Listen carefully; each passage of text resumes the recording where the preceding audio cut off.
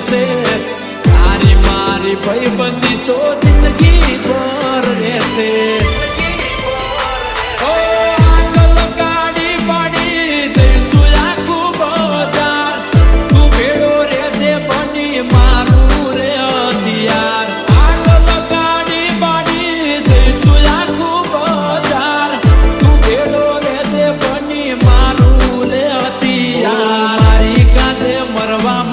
તૈયાર થઈ જા